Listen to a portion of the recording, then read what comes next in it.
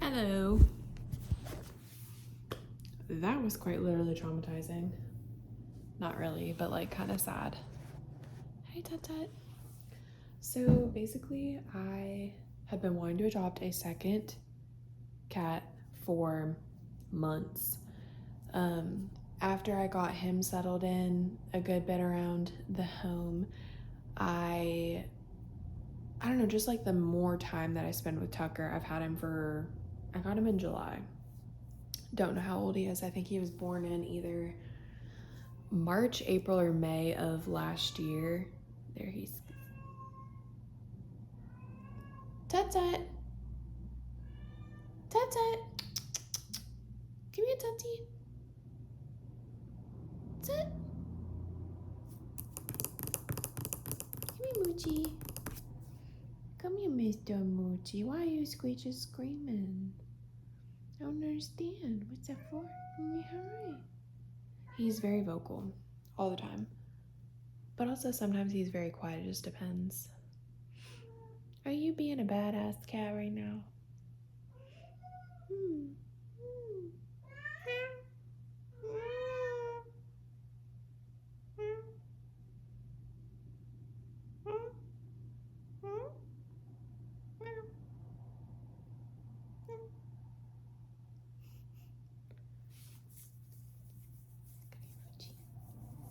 Come here, Moochie. Hey, Mr. Moochie. All I gotta say is I'm grateful for my cat. He is so good. Anyways, I feel like the longer that I have him, the more I think he would do well with another cat. It's a big risk, I feel like, because you hear horror stories of things going wrong with people getting a second cat, but then sometimes they're like besties and it's the best thing ever.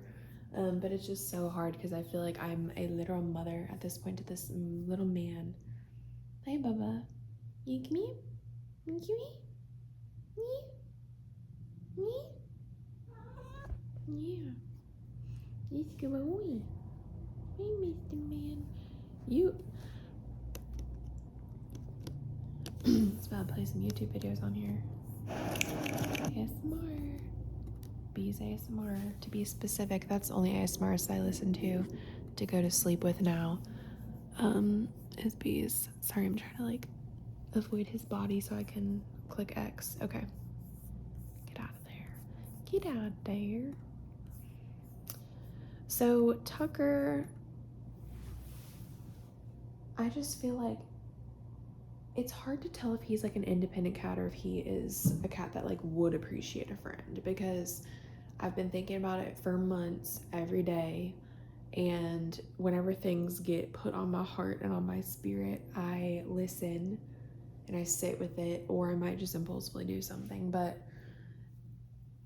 I really have been thinking it through, and I just keep going back and forth, and I'm so on the fence about it. But at the same time, like, I just really think a second cat could be a good thing. But after going to the cat cafe today and meeting this one cat, I am like, oh my god, like, is he just not gonna do well? Like, is he just not that kind of cat? Or like, am I gonna regret doing that? Like, having two cats might be a lot, because even just like being in a cat cafe scenario, or an animal shelter where they have like a cattery or like a playroom for the cats where they're all just together, like a group of cats. Also, I really don't like the way that my hair is like doing that right now. I would much prefer it to be styled back and sit there, but it is what it is.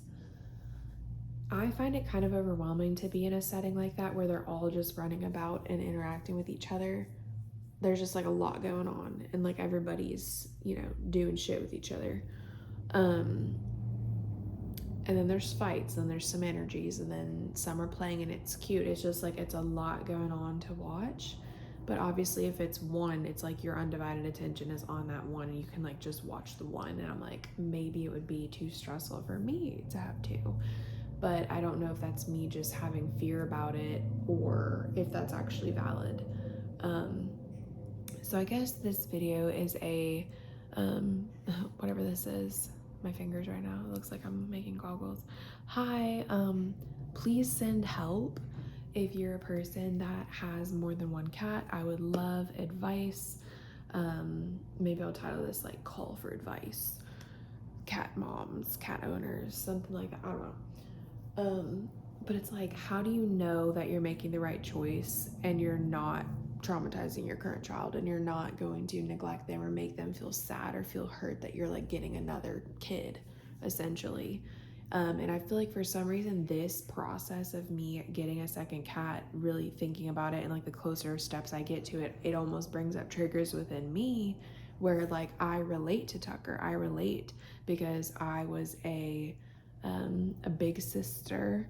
Oh, I think my food just got here actually. Maybe I should go out and get that in like a few minutes. It can sit out there for like a few though. I ordered pad thai, by the way. I've been craving it.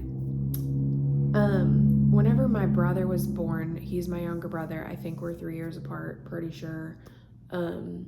I was mean to him and I became so bitter. And I feel like my like jealousy issue started then in my life, just generally like always feeling like the attention needs to be on me. But then like the shadow aspect side of that is where it's like, no, but like I retreat and I'm separate and I isolated. And like that pattern has continued throughout my entire life. And I was actually diving into this with my best friend last night. And I just said, I just feel like people don't care what I have to say. I feel like they don't care to listen to me. And it's made me feel like, well, no one cares, so just don't talk. Just be quiet, just don't talk. There's no need. No one wants to hear what you have to say.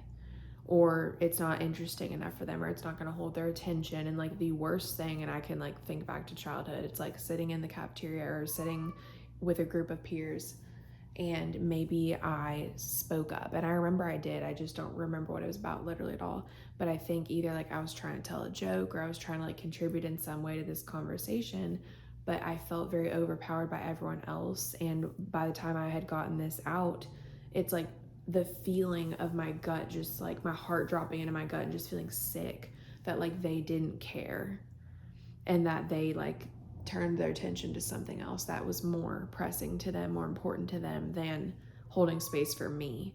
So then I think that has made me a very like one child, one person. I used to, wow, I've grown so much that like I don't even relate that concept anymore. But I used to say all the time that I am just like a one person. Like I'm a one person best friend. Like I don't have multiple friends at once. I used to talk about, wow, I'm like unlocking this whole different side of my growth. This was like so long ago that I used to say stuff like this, and it's like coming back to me. But I used to say like, you know what, like if other people like don't want me around, like, and if other people in the group are more important to them, then like they can have them. Like I don't want anything to do with that then. Like bye, see ya. And I would say like fuck y'all. Like mentally, obviously not to these people, but like to myself, I'd be like, well, but it's like it's that hurt animal. It's that hurt internal, like lashing out, being frustrated and sad and just hurt, honestly, that like people, you know, like I don't think that I had ever felt that I was on that in crowd of people. So my way of feeling okay was being alone and also finding a safe person. So in any setting that I've ever been in my life, I want to find, and naturally it's like just this internal thing where it's like I gravitate towards a safe person in any season, any place, any whatever. I need, like, want that. I used to, and like now I feel like I can stand on my own a lot better, but that still is within me where like it's hard for me to like, I might just energetically to me, this is the universe, God picking this out for me, but I might be in my classroom and I might gravitate towards like literally one friend, like someone at my desk, like close proximity that was like in my area that I felt like we like got along. And then we both end up feeling similarly, I feel, you know, because it's like, why did we choose each other to talk to versus this child talking to anyone else, you know? And same thing with like going to cheer camp whenever I was in cheerleading. And like we like traveled to some college town and stayed the night. It was a stayed over type situation. And like just finding some safe friend in a stressful new situation. So even, I'm just trying to like throw out a bunch of different examples. Even going to adult ballet class, like you kind of feel that like very vulnerable feeling, and you gravitate towards people that have a similar experience level as you, a similar energy as you, a similar look as you. Like maybe you wear all black clothes and you're like more goth energy, like, or skater girl, skater boy vibes. I don't know. I'm so out of touch at this point. But you might like gravitate towards someone that culturally looks like you or just feels like that's someone I can go to. And sometimes it'll take longer for that to develop, but sometimes it's an instant thing where you just start gravitating towards people. And then it's like, then my pattern was to kind of cling to those situations, and like that would be like my core and my stability. But then obviously that person's another person. Like I'm not their entire life, but I was so ready and have always been so ready to make someone else my life, my focus, I put them on a pedestal. I fixate on that. So kind of circle back, close the loop here about the cat, is that I fully understand what it's like for someone to pick someone over you, and for you to feel shitty and just so teeny tiny small, minuscule energetically, where you just feel sorry, I'm like, my body reactions are not in tune with what I'm saying right now, just in that particular moment.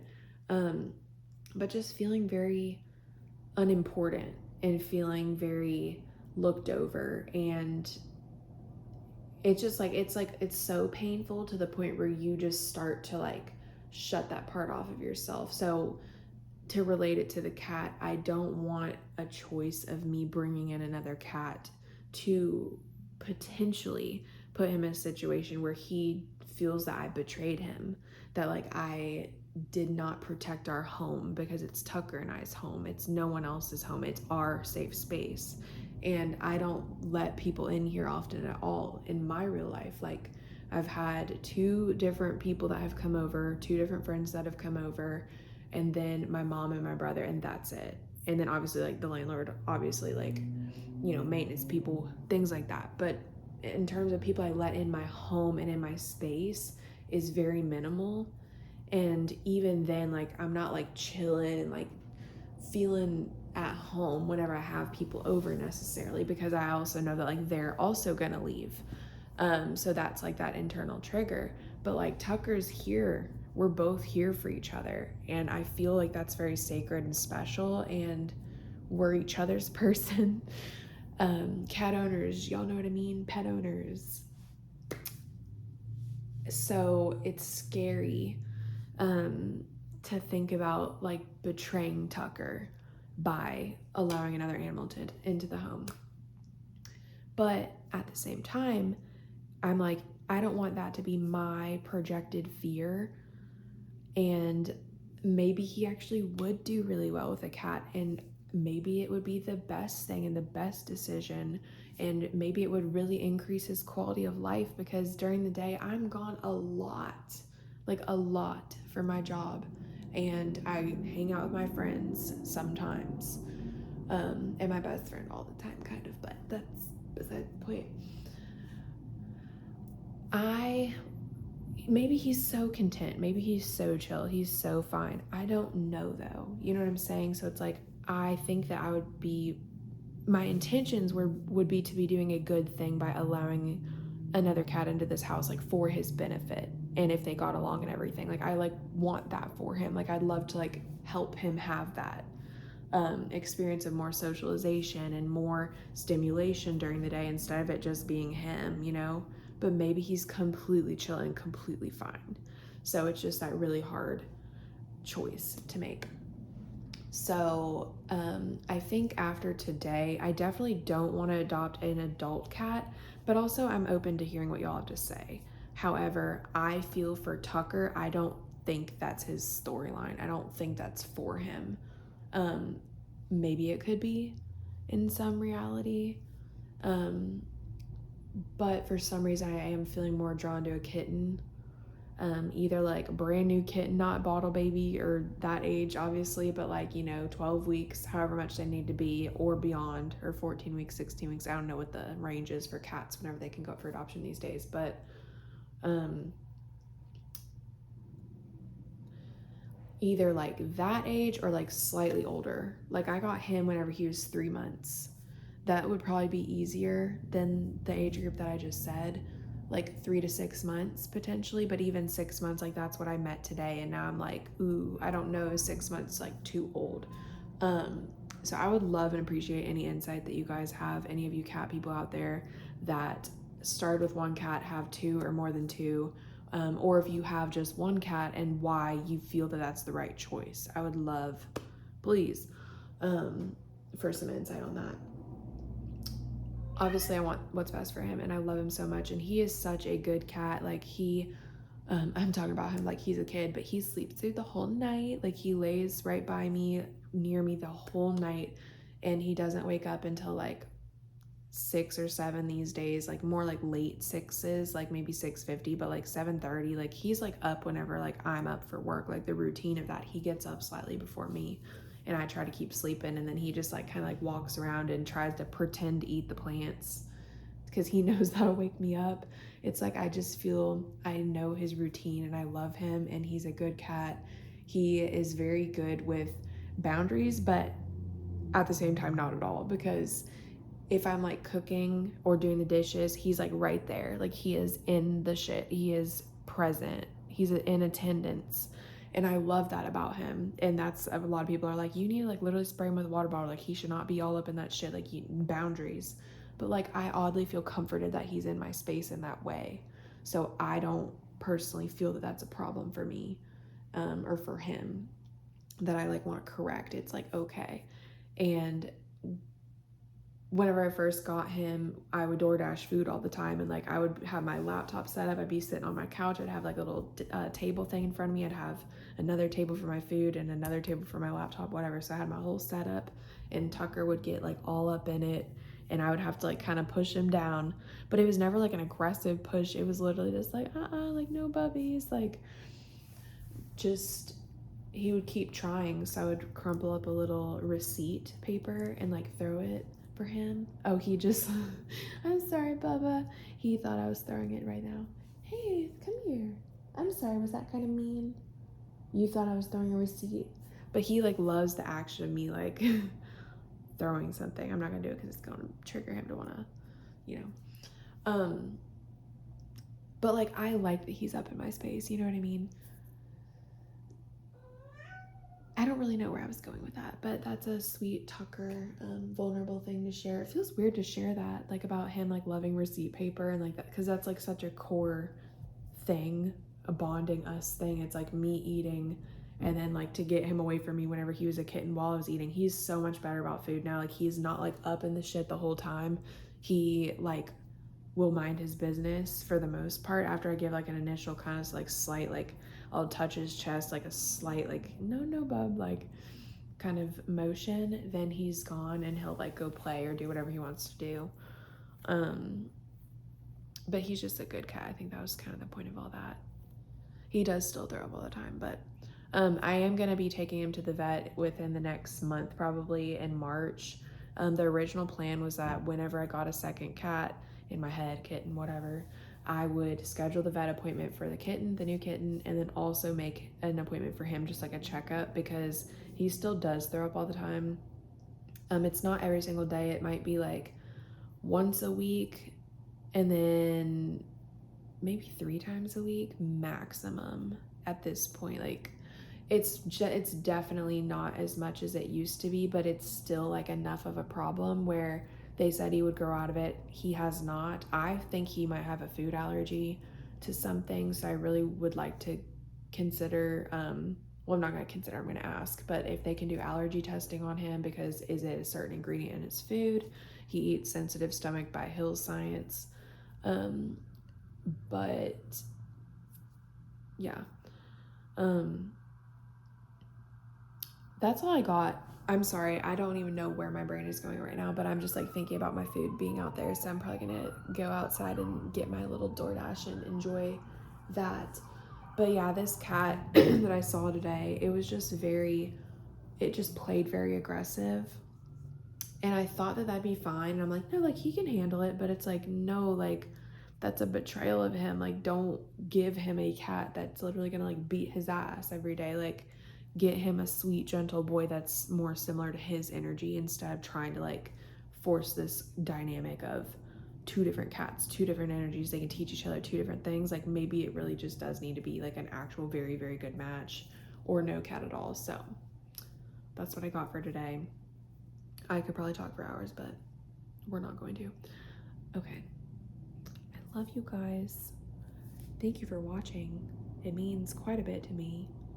And leave some comments with some help regarding cats, because I would like to hear y'all's experiences. Although I know at the end of the day, it's just your intuition that you should trust the most. But hearing what other people have to say is helpful too. So brings clarity.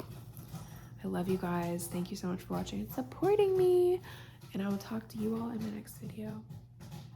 Goodbye.